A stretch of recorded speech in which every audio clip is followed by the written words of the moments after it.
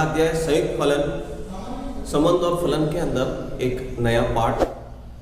तो हमने संयुक्त फलन के बारे में पढ़ा था कि दो फलनों को किस तरह से संयोजन किया जाता है। तो यदि दो फलन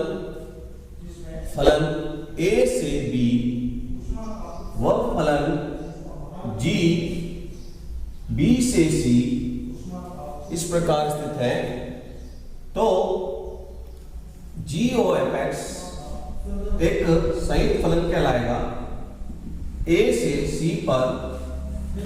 इसके लिए ये फॉर्मूला हम प्रयोग करेंगे।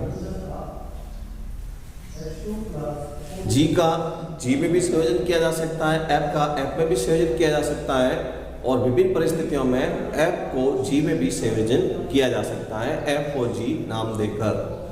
तो इसके कुछ गुणधर्म इस प्रकार से हैं कि संयुक्त फलन में क्रम विनिमय लागू होना कोई आवश्यक नहीं है। ये जरूरी नहीं है कि GOFX बराबर हो FOGX, अर्थात संयुक्त फलन में क्रम विनिमय का नियम लागू होना अनिवार्य नहीं है। कुछ विशेष परिस्थितियों में ये क्रम विनिमय लागू हो सकता है। संयुक्त फलन में साचर्य का नियम लागू होता है। वो किस तरह से, देखिए, संयुक्त फलन में साचर्य का नियम साचर्य का नियम लागू होता है। कोई दो फलन, तीसरा एक और अरिक्त फलन F, G और H, हमारे पास में तीन फलन है, तो F का संयोजन GOH के साथ बराबर होगा FOG का H के साथ संयोजन। तो संयुक्त फलन में साचर्य का नियम लागू होता है। यदि दो फलन एक ही आच्छादक है तो उससे निर्माण किया गया संयुक्त फलन भी एक ही आच्छादक होगा।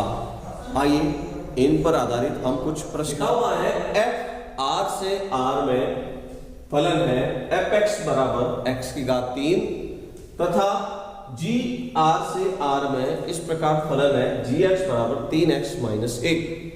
तब GOFX तथा FOG का मान ज्ञात कीजिए।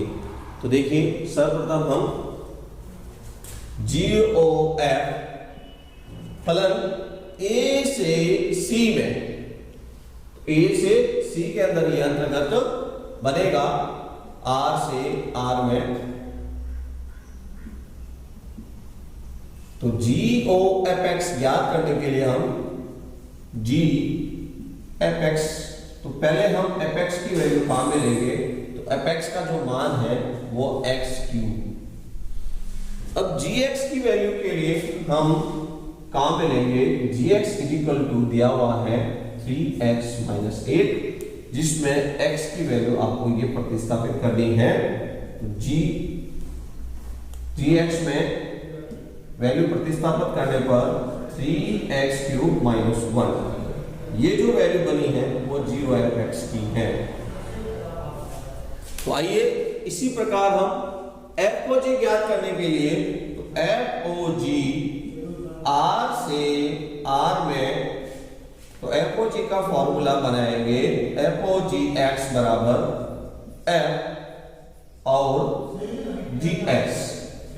GX की वैल्यू हम रखेंगे इसमें, GX का जो मान दिया हुआ है 3x माइनस 1, क्योंकि fx की वैल्यू है x क्यूब, तो ये मान प्रतिस्थापित किया जाएगा x क्यूब में। तो ये मान प्रतिस्थापित करने पर FOGX इक्वल टू हमको इस तरह से प्राप्त होगा 3x माइनस 1 का होल क्यूब। तो पहले हमने जो प्राप्त किया वो GOF का मान था, अब जो हमको मिला है वो FOG का मान है। तो आप देख रहे हैं कि इन दोनों का मान समान नहीं है, क्रम विनिमय इसमें लागू नहीं होता। कोई विशेष परिस्थिति लेकर हम उसको हल करने पर क्रम विनिमय लागू कर सकते हैं। इसको हम हल करेंगे, समझिए। यदि F, G, H तीन फलन हैं जो r से r पर इस प्रकार परिभाषित है कि fx बराबर x की घात 2 gx बराबर cos x एवं hx फलन 2x प्लस 3 हो तो x ऑर्गेनाइज GOF का मान की वैल्यू वर्गमूल 2 पाई पर ज्ञात कीजिए। वर्गमूल 2 पाई पर इसका मान क्या है वो हमको ज्ञात करना है। तो देखिए आइए इस प्रश्न को हल करते हैं। एक संयुक्त फलन, तीन फलनों का संयुक्त फलन है। तो फलन के अंदर सबसे पहले f r से r में, g r से r में, इसलिए जो GOF संयुक्त फलन होगा, g का f पर संयुक्त फलन जो होगा उसकी भी वैल्यू r से r में होगी। तो पहले हम GOF की वैल्यू क्या है वो ज्ञात करेंगे। तो अतः GOFX is equal to GFX। तो पहले हमको fx वैल्यू क्या है वो पता करनी है। तो fx की वैल्यू आपको दी हुई है प्रश्न में x²। तो हम यहाँ पर fx की वैल्यू x² रखते हैं।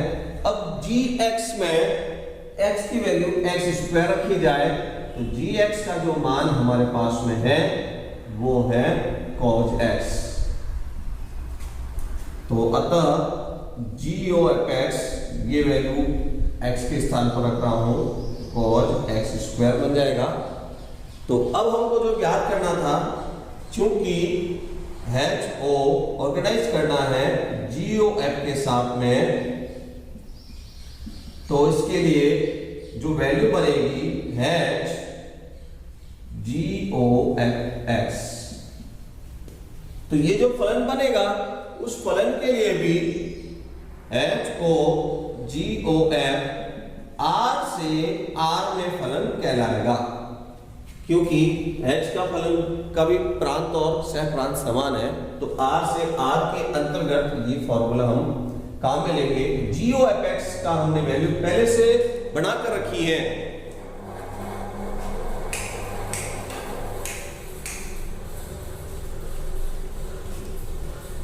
GOFX की वैल्यू हमने पहले से बना के रखी हुई है।